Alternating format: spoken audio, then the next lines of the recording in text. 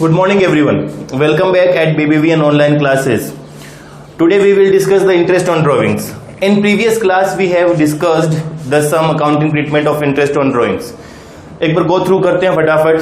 पिछली क्लास में अपन ने इंटरेस्ट ऑन ड्राइंग से रिलेटेड कुछ डिस्कशन किए थे और इंटरेस्ट ऑन ड्राइंग से रिलेटेड अपन ने जब डिस्कस किए थे तो अपन ने दो मेथड भी डिस्कस किए थे। कौन कौन सा था? पहला था अपना रेगुलर बेसिस और दूसरा अपना था irregular basis.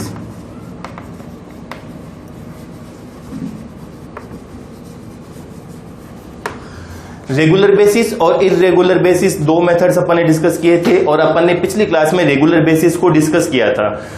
Under the regular basis अपन ने जब इंटरेस्ट ऑन ड्राइंग्स का कैलकुलेशन किया था तो अपन ने दो मेथड से किया था, सिंपल मेथड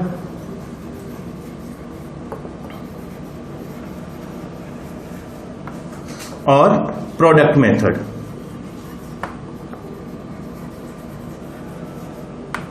सिंपल मेथड और प्रोडक्ट मेथड अपन ने डिस्कस किया था। फटाफट अपन रिवाइज करते हैं कि रेगुलर बेसिस के अंदर drawings made by the partners on fixed और indifferent amount on the regular intervals. क्या डिस्कस किया था अपन ने कि drawings made by the partner के द्वारा जो ड्राइंग्स की गई है वो फिक्स और डिफरेंट अमाउंट की है और डिफरेंट इंटरवल्स पर है। डिफरेंट इंटरवल्स पर का मतलब है कि उनका जो टाइम इंटरवल है वो इनडिफरेंट था। ठीक है, अपन ने क्या कहा कि रेगुलर बेसिस इर्रेगुलर बेसिस की बात करी थी अपन ने, रेगुलर बेसिस की नहीं करी थी, इर्रेगुलर बेसिस की बात करी थी। और इर्रेगुलर बेसिस के अंदर अपन ने क्या डिस्कस कर लिया था कि सिंपल मेथड भी होता है और प्रोडक्ट मेथड भी होता है। आंसर दोनों मेथड्स के सेम होते हैं, आंसर पे कोई इफेक्ट नहीं आता है। तो अपने को जो मेथड समझ में आता है अपन उसी हिसाब से कर सकते हैं इसको। अब अपन बात करते हैं आज की अपनी इस क्लास के अंदर रेगुलर बेसिस पर। आज की अपनी इस क्लास के अंदर अपन डिस्कस करेंगे रेगुलर बेसिस पर। और जब रेगुलर बेसिस की जब बात करी जाती है, रेगुलर बेसिस पर बात करी जाती है तो अपन ने दो चीज कही थी कि क्या होता है, फिक्स अमाउंट होती है और दूसरी चीज फिक्स ही टाइम होता है, यानी कि टाइम इंटरवल भी सेम होता है और अमाउंट भी सेम होती है। जब टाइम इंटरवल सेम है, अमाउंट सेम है तो वो कौन सा मेथड हो गया, रेगुलर बेसिस। और जब अमाउंट इंडिफरेंट और टाइम भी इंडिफरेंट होती है वो कौन सा होता है, इर्रेगुलर बेसिस। क्लियर है? अब देखिए रेगुलर बेसिस के अंदर जब अमाउंट सेम होती है और टाइम भी सेम होता है तो इसको अपन कुछ अलग अलग सिचुएशंस के थ्रू समझते हैं। पहली सिचुएशन है if drawings made on monthly basis।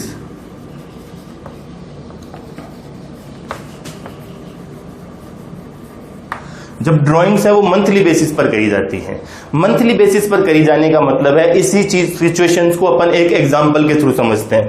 Suppose तीन पार्टनर हैं ए बी सी, तीन पार्टनर हैं, इनका प्रॉफिट शेयरिंग रेशियो है 2:1 का।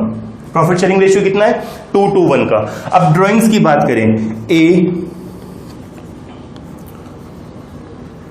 Withdrew ₹10,000 on the beginning of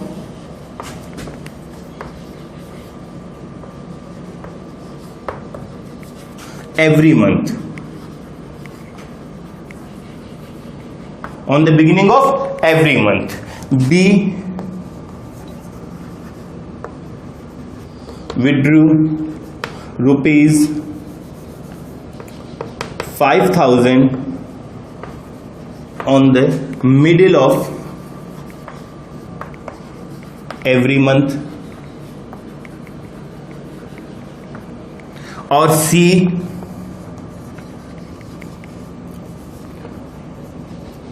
withdrew ₹10,000 on the end of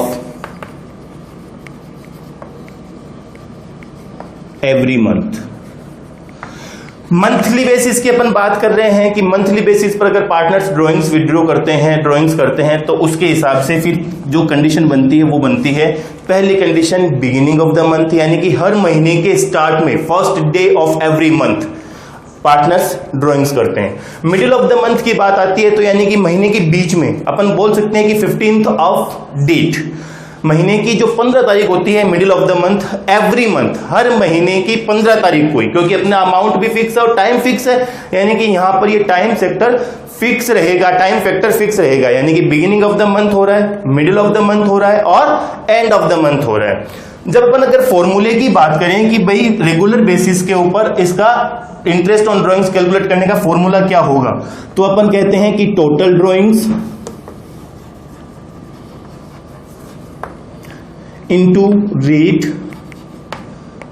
into average period.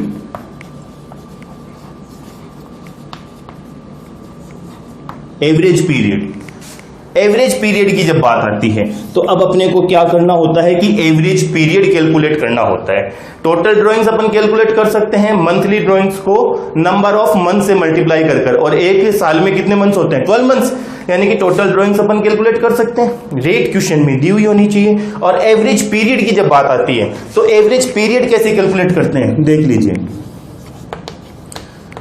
Average period की बात करिए अपन ने कि एवरेज पीरियड, अब देखिए क्वेश्चन के अंदर मैं ये कहता हूं कि A withdrew ₹10,000 on the beginning of every month. जब ए हर महीने की पहली डेट को, यानी कि first day of every month अगर ड्राइंग्स करता है तो एवरेज अपन 6.5 मंथ्स का इंटरेस्ट कैलकुलेट करते हैं। कितना करते हैं, 6.5 मंथ्स का। B withdrew ₹5,000 on the middle of every month. जब middle of the every month drawings करी जाती है तो एवरेज अपन 6 मंथ्स का इंटरेस्ट कैलकुलेट करते हैं।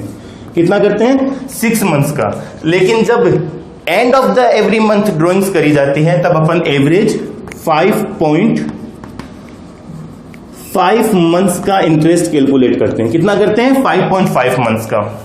अब साहब ये चीज तो मैंने यहां नोट डाउन कर दी, लेकिन अगर कोई आपसे ये पूछे कि ये जो एवरेज पीरियड है ये आपने कैलकुलेट कैसे किए हैं, एवरेज पीरियड की अपन बात कर रहे हैं कैलकुलेट करने की, तो एवरेज पीरियड कैलकुलेट करने का अपना एक छोटा सा फॉर्मूला होता है। अपन ये कहते हैं कि मंथ्स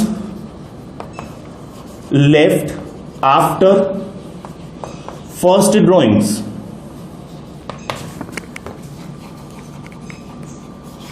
प्लस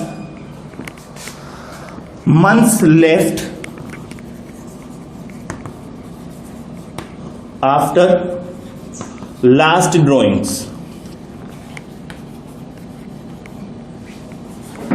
डिवाइडेड बाय, क्योंकि अपने को एवरेज निकालना है, डिवाइडेड बाय 2। अपन ने क्या किया, months left after first drawings plus months left after last drawings divided by 2। Average period calculate करने का ये अपना एक फॉर्मूला होता है।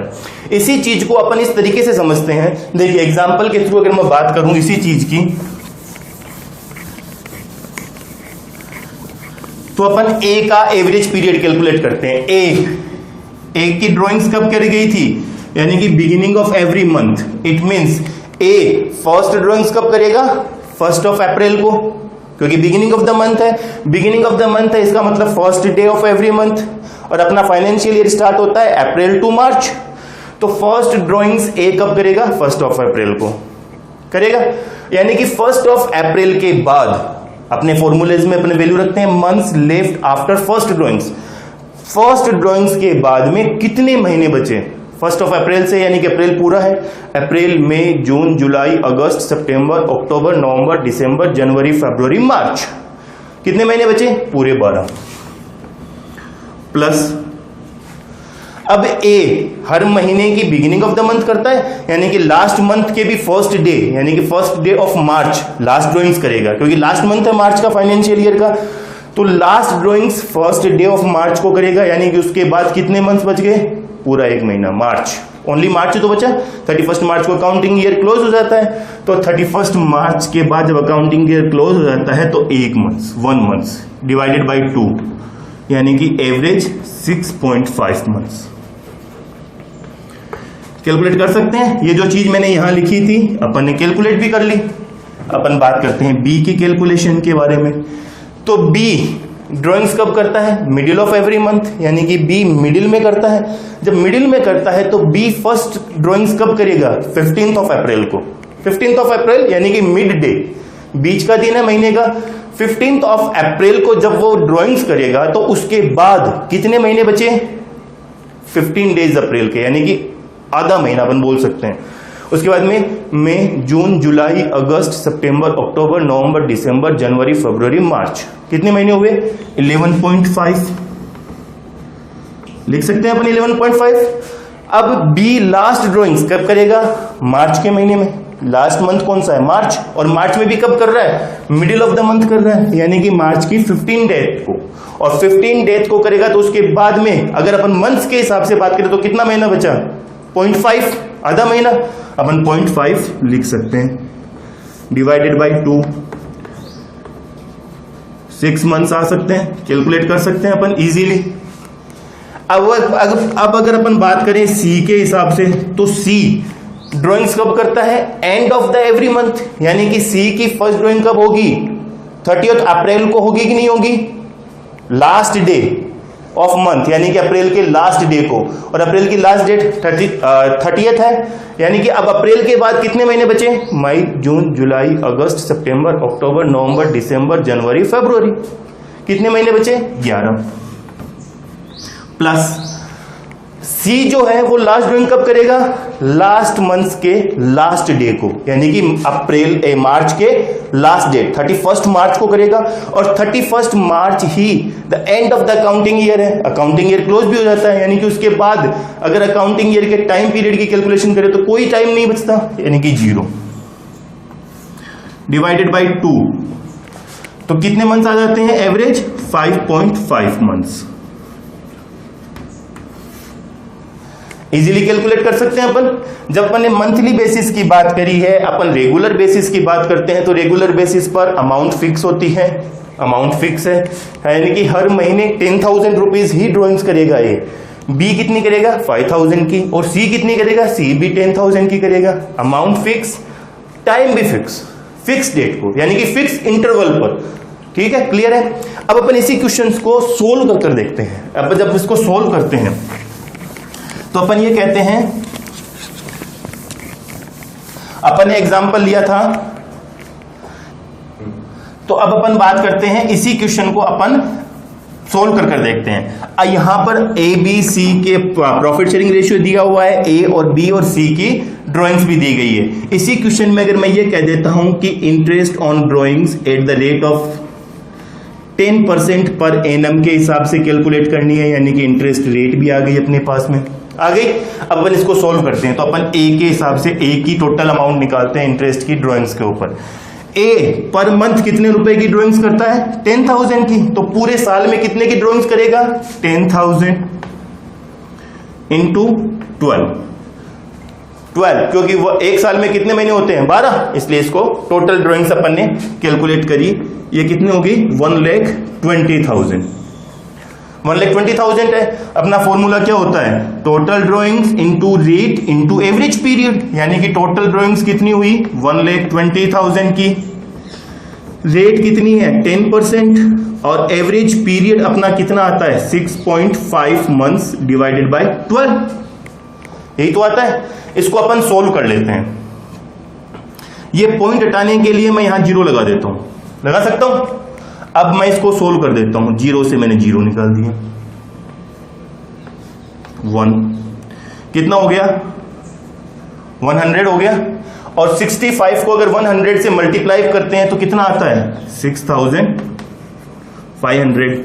ए की टोटल अमाउंट है इंटरेस्ट की ड्राइंग्स के ऊपर। इजी है, कैलकुलेट कर सकते हैं। देखिए बी की कर देखते हैं अपन। बी का सॉल्यूशन अपन लेते हैं। जब अपन बी की बात करते हैं तो बी कितने रुपए की ड्राइंग्स करता है? 5,000 रुपीज की। पर मंथ ड्राइंग्स है, यानी कि इसकी टोटल ड्राइंग्स कैलकुलेट करने के लिए इसको 12 से मल्टीप्लाई कर दें। टोटल अमाउंट कितनी आ गई? 60,000 की आ गई। फॉर्मूलेज में अपने फॉर्मूले में वैल्यू रख देते हैं। Total drawings into rate upon average period. और एवरेज पीरियड अभी अपन ने कैलकुलेट किया था बी के लिए, कितने मंथ्स थे? 6 मंथ्स, यानी कि 6 डिवाइडेड बाय 12। सोल्व कर देते हैं। 5 5 जा 30, तो टोटल ड्राइंग्स कितनी हुई बी की 3000, कर सकते हैं इजीली। अब अपन बात करते हैं सी की। जब अपन सी की बात करते हैं तो सी के लिए देखिए, सी की टोटल ड्राइंग्स कितनी बनेगी, मंथली ड्राइंग्स कितनी है 10,000 की। टोटल ड्राइंग्स कन्वर्ट करने के लिए इसको 12 से मल्टीप्लाई कर दिया, यानी कि सी की टोटल ड्राइंग्स कितनी आई 1,20,000 हो गई। अब अपन फॉर्मूले में वैल्यू रख देते हैं, total drawings into rate upon average period, और एवरेज पीरियड सी का कितना है 5.5 मंथ्स है कि नहीं है, अपन ने कैलकुलेट किया था। अब 5.5 मंथ्स को इसको सोल्व कर देते हैं। वापिस पॉइंट हटाने के लिए यहां मैं 0 लगा देता हूं, 0 से 0 को काट दिया, 12 से 12, यानी कि ये कितना हो गया 100। 55 को 100 से मल्टीप्लाई करेंगे तो अपना आंसर जो आएगा वो होगा 5500। इजी है, अपन कैलकुलेट कर सकते हैं, इजीली कर सकते हैं। यानी कि अपन बात कर रहे हैं रेगुलर बेसिस पर। रेगुलर बेसिस की जब बात करी थी तो अपन ने कहा था कि रेगुलर बेसिस के अंदर इंटरेस्ट कैलकुलेट करने का फॉर्मूला क्या होता है, total drawings into rate into average period. और एवरेज पीरियड अपन ने कैलकुलेट कैसे किया था, months left after first drawings plus months left after last drawings divided by 2, क्योंकि अपन तो एवरेज कैलकुलेट कर रहे हैं, एवरेज। और अपन दो वैल्यूज ले रहे हैं, बिगिनिंग ऑफ द स्टार्टिंग की month left after first drawings की और month left after last drawing, तो डिवाइडेड बाय 2 से करेंगे। 2 से डिवाइडेड करके अपन ने एवरेज पीरियड कैलकुलेट किए तीनों पार्टनर के, कर सकते हैं। एवरेज पीरियड कैलकुलेट करने के बाद में इस मंथली ड्राइंग्स को टोटल ड्राइंग्स में कन्वर्ट करना है। टोटल ड्राइंग्स में कन्वर्ट करने के बाद में अपने इस फॉर्मूले में इसको पुट करना है, वैल्यूज पुट करनी है। वैल्यूज पुट करने के बाद में अपना आंसर आ सकता है, एकदम इजी है। अब अपन बात करते हैं इसकी दूसरे मेथड्स की। जब दूसरे मेथड की बात करें,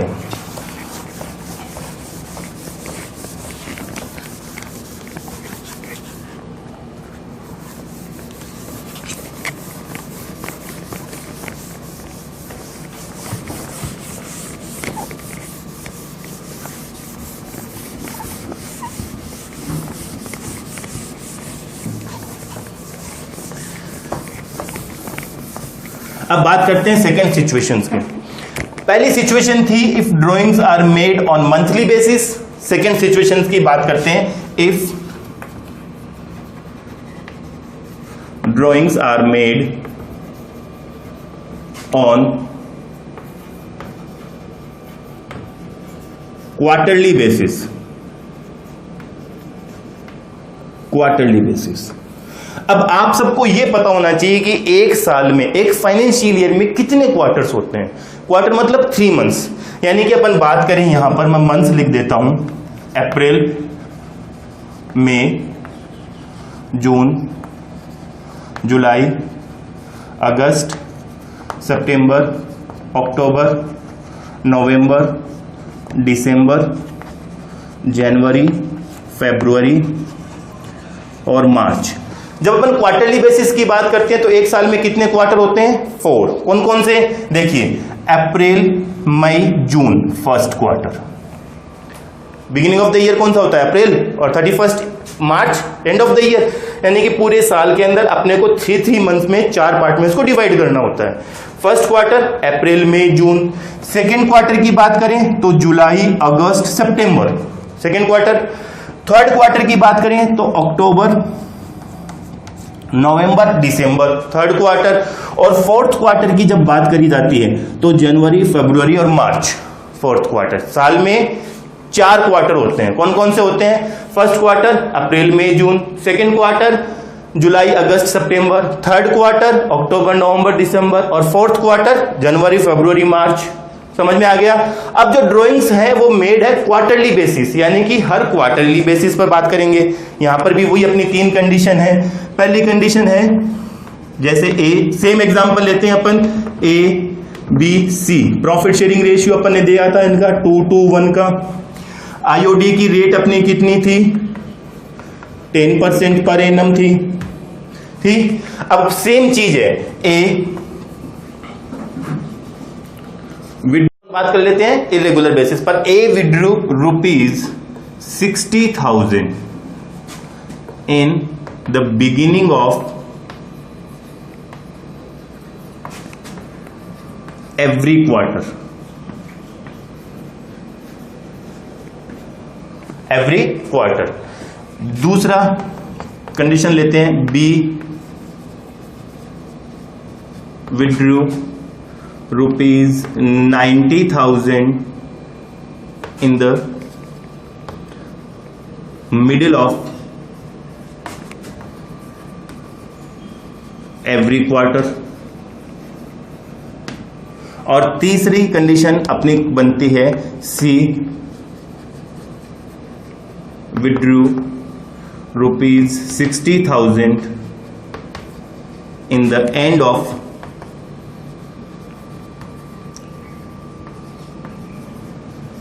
each quarter। सेम चीज थी, पहली सिचुएशन अपन ने बात करी थी if drawings are made on monthly basis.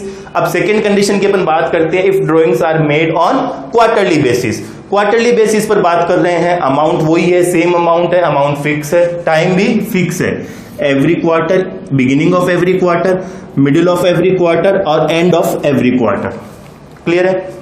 देखिए, मैं ये कहता हूं कि बिगिनिंग ऑफ एवरी क्वार्टर जब भी कोई पार्टनर ड्राइंग्स करता है तो उसको अपन एवरेज 7.5 मंथ्स का इंटरेस्ट कैलकुलेट करते हैं। कितना करते हैं? एवरेज 7.5 मंथ्स का। Middle of the every quarter आता है तब अपन बात करते हैं एवरेज 6 मंथ्स का इंटरेस्ट कैलकुलेट करते हैं। कितना करते हैं? 6 मंथ्स का। और जब and of the each quarter की बात आती है तो अपन एवरेज 4.5 मंथ्स का इंटरेस्ट कैलकुलेट करते हैं। कितना करते हैं? 4.5 मंथ्स का। तो आज की अपनी इस क्लास के अंदर अपन ने डिस्कस कर लिया था पहली कंडीशन, पहली situation, when drawings are made on monthly basis. अब अपन ने सिर्फ इस चीज को, इसी क्वेश्चन को अपन ने क्वार्टरली बेसिस सोल्व करने के लिए मैंने क्वेश्चंस बोर्ड पर लिखा था, अभी लिख रखा है। और इसके अंदर मैंने आपको ये लिख रखा है कि अगर beginning of every quarter drawings करते हैं पार्टनर तो अपन एवरेज कितने मंथ्स का इंटरेस्ट कैलकुलेट करते हैं? 7.5 मंथ्स का। मिडिल ऑफ एवरी क्वार्टर अगर होता है तो अपन एवरेज 6 मंथ्स का इंटरेस्ट कैलकुलेट करते हैं। और अगर एंड ऑफ एवरी क्वार्टर है तो अब अपन इसको कितना करते हैं? 4.5 मंथ्स का। तो स्टूडेंट्स, ये जो क्वेश्चन है वो आपको अपने आप सोल्व करना है। ये जो एवरेज पीरियड अपन ने मैंने यहां लिखा है इसको आपको कैलकुलेट कर कर देखना है कि जो मैंने लिखा है क्या वो सही लिखा है। यानी कि beginning of every quarter 7.5 months ही आते हैं क्या? मिडिल ऑफ द क्वार्टर की बात करते हैं तो क्या 6 मंथ्स ही आते हैं एवरेज पीरियड में? और अगर एंड ऑफ द क्वार्टर की बात करते हैं तो क्या एवरेज पीरियड 4.5 मंथ्स ही आता है क्या? यानी कि इसको आपको अपने आप कैलकुलेट कर कर चेक करना है। चेक करने के बाद, एवरेज पीरियड चेक करने के बाद में इसी क्वेश्चन को फॉर्मूले में वैल्यू पुट कर कर कैलकुलेट कर कर देखना है। इसके आगे की चीज अब हम अपनी नेक्स्ट क्लास के अंदर डिस्कस करेंगे। Thank you.